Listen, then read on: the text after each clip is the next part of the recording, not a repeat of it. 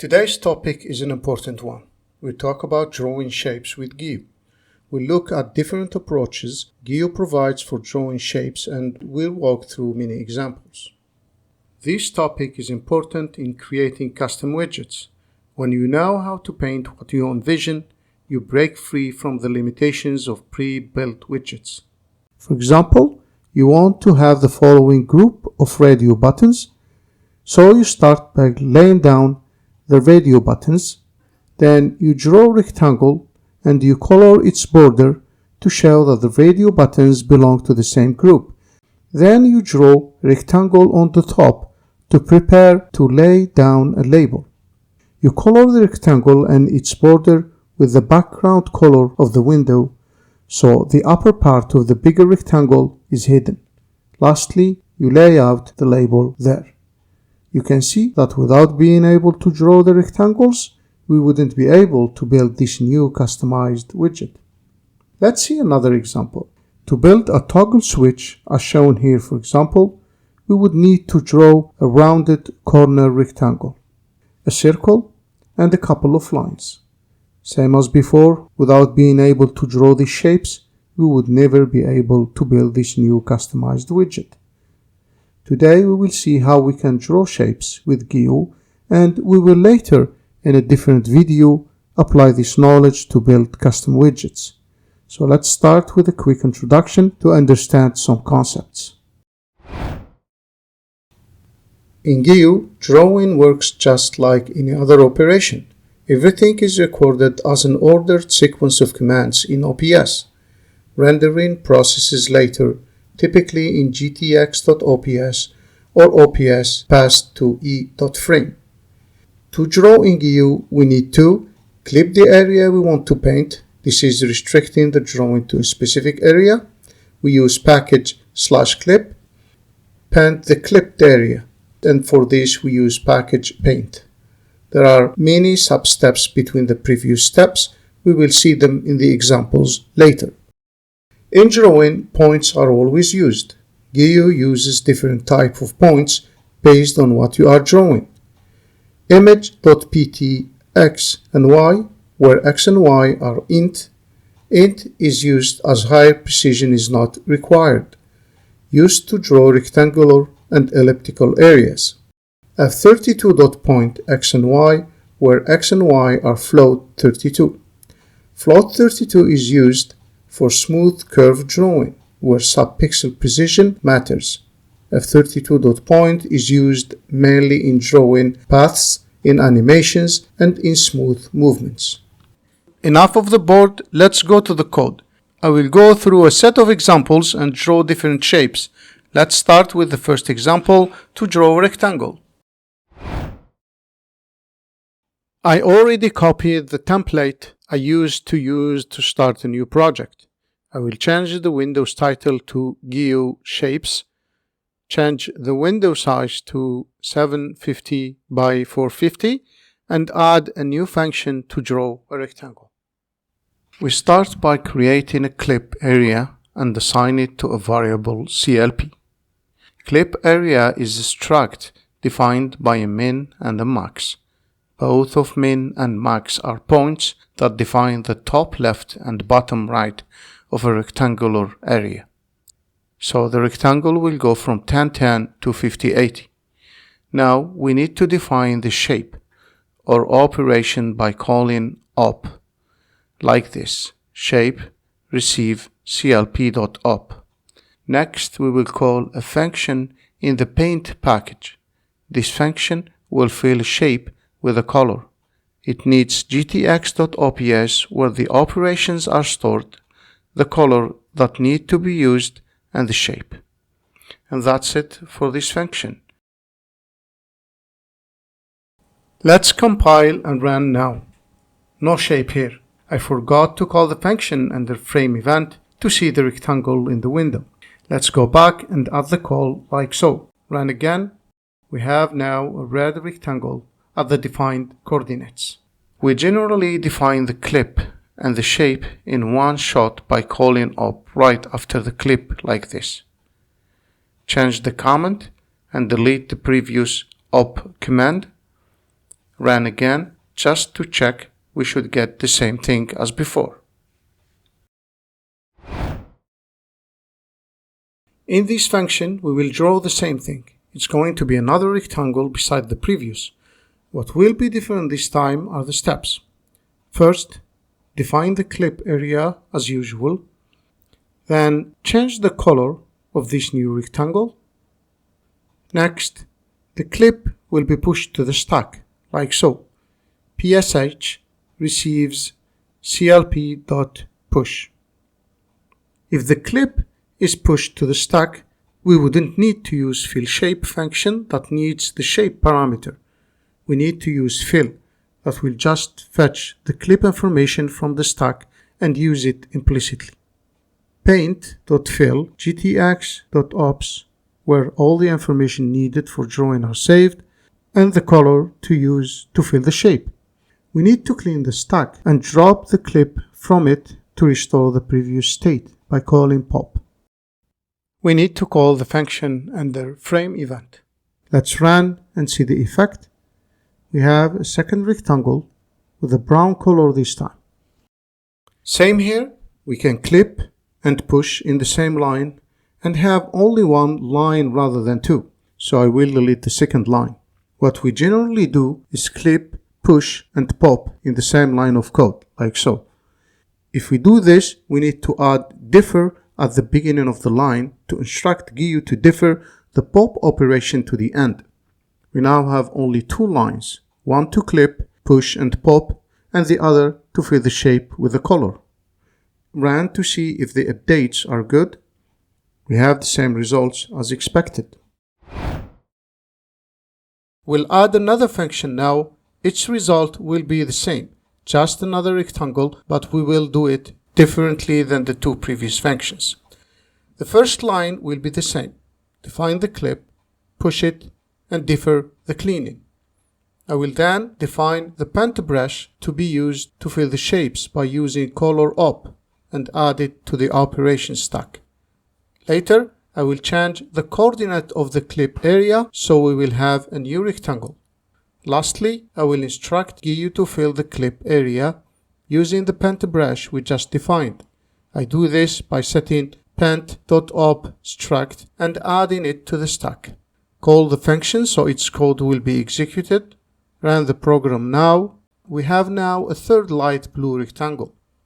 What you should retain is that we're doing the same thing. We're drawing a rectangle but with different steps that GUI offers. In this example, we will define an offset, then we will call one of the previous functions. The results will make a rectangle shift to a different position defined by the offset. So differ op.offset image point 50 10 and then push and then pop. Here we defined an offset by op.offset. This will shift the shape by 50 pixels to the right and 10 pixels to the bottom. Then call the previous function. Let's call this function so its code will be executed once we run. Notice that the last rectangle has the same color as the previous, but it shifts a bit to the right and to the bottom. And this is the usage of the function offset. In this example, we will draw a rounded rectangle. Defining the clip area for a rounded rectangle is done with clip.rect. So differ clip.rect, then we define the rectangle dimensions, then the roundness of each corner of the rectangle, where northwest is top right and northeast is top left, and so on. I will set the roundness to 16 everywhere. Then push and pop as usual.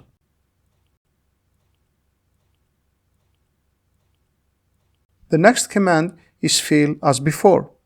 I will call this function under the frame event. Run the program. We have a green rounded corner rectangle.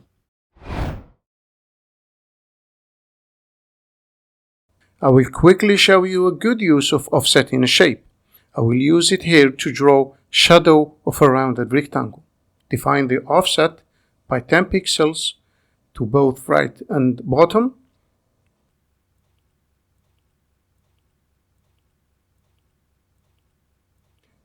Call the previous rect function. I will also call this current function above under frame event. Run the program. As we wanted, we have a nice rounded rectangle with its shadow. To draw an ellipse, we use the same principle. We need to start by creating a clip area, push it to the list of operations, and then differ the pop or cleanup. And to define a clip area for an ellipse, we use clip.ellipse. So differ clip.ellipse, and then we define the min and the max, which is a rectangular area that include the ellipse. The rest is the same, which is calling the fill function. We need to call this function above under frame event to see the effect. We have now a set of functions. Let's collapse the previous ones and keep only the current. Run the application now. We have a new blue ellipse. To draw a circle in GUI, we use the same function as before, and we provide squared clip area. So I will copy the previous function content, and I will change the coordinate so the circle will be besides the ellipse. I will also change the colors a bit. I will call the circle function above under frame event. Run the program now, and we have a beautiful circle besides the ellipse. In this example, we will draw a free shape. This can be done by using clip.path. I will start by declaring p of type clip.path. p.begin GTX ops. This is to begin the path and instruct GUI to store the path data into OPS. Before we start drawing, we need to move the pen or the cursor to a specific point to start the drawing from there. Draw the first line, the second line, and the last. The p.close will close the shape automatically by linking the last point to the first one. Notice here that we're using f32.point and not image.point. Path is used to draw free shapes, so it's supposed that we're using smooth curve drawing, and subpixel precision matters. Hence, float is used for point coordinates. Once we close the path, we will define the clip area. Clip.stroke instruct GUI to draw a line around the shape. Clip.stroke is a struct with two elements. The first is the path. It is set to p.end that returns path spec, ready to be used in clipping operations. The second is the width of the line. We'll set it to 4. We transform the path to a shape by calling op.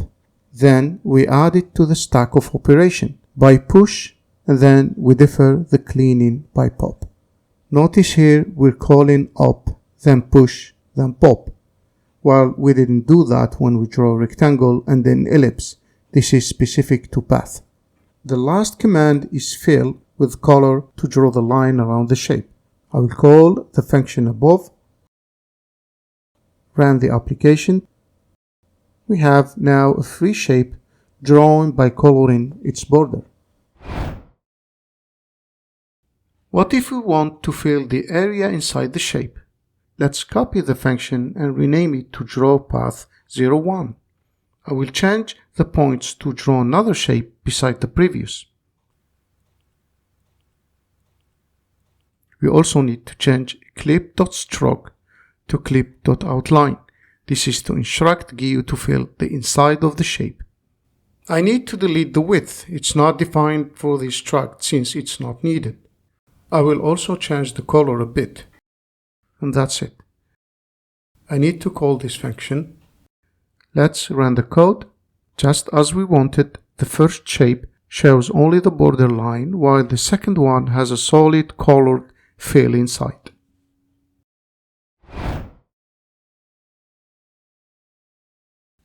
For this example, we want to color the border of the shape with a color and fill the shape with another color. Let's start by copying and pasting the previous function. Change its name, change the coordinates of the point we move to, update the point to draw the first line, update the point to draw the second line, update the point to draw third line. This way we will have a new shape besides the others. To color the border and the inside of the shape, we will be using clip outline for the inside and clip.stroke for the border. Both of these functions use p.end. We cannot call p.end more than once, so I will take it outside of both fill shape calls. I will add a comment for this line of code and then save its results in a variable like so. Path spec receives p.end. Next, we call fill shape to fill the inside of the shape. As usual, I will add a comment for this line of code. Then, paint fill shape gtx.ops and then the color. For the shape parameter, I will use clip.outline. For the path, I use pathSpec variable. Then call op function to make it a shape. I will copy the comment and the fill shape command and paste it below to use it to draw the border. Change the comment, change the color a bit to show the difference between the color of the border and the inside. Change the outline to stroke and add the width and set it to 4. And delete the rest. Lastly, call the function under frame event to execute its code. Run now to see how it looks. Nice shape. The border is blue and the inside is light blue, and this is what we wanted. Let's summarize what we saw in this video. We can draw the same thing with different steps. We saw 4 ways to draw a rectangle, as you see here. These can be applied to other shapes. We have to define a clip area. We use clip.rect for drawing a rectangle or a square. We use clip.rrect for drawing around a rectangle or a square. We use clip.ellipse to draw an ellipse or a circle. We use image.point with the above clips. And we use clip.path to draw a free shape. We use f32 point with the clip path. Coordinate will be transformed to float 32 even if int is provided. We use clip.stroke to color the border of the shape. We use clip outline to color the inside of the shape. To color both the border and the inside with different colors, we should call p.end once and before calling fill shape. Color the inside by using clip.outline and the border by using clip.stroke. If we turn the clip to a shape implicitly by using op, we use fill shape to fill the inside with a color. If we push the clip to the stack, we need to use fill function. After a push, we need to clean the stack by calling pop. And that's it for this video. If you enjoyed, if you learned something, please share, comment and subscribe. Thank you.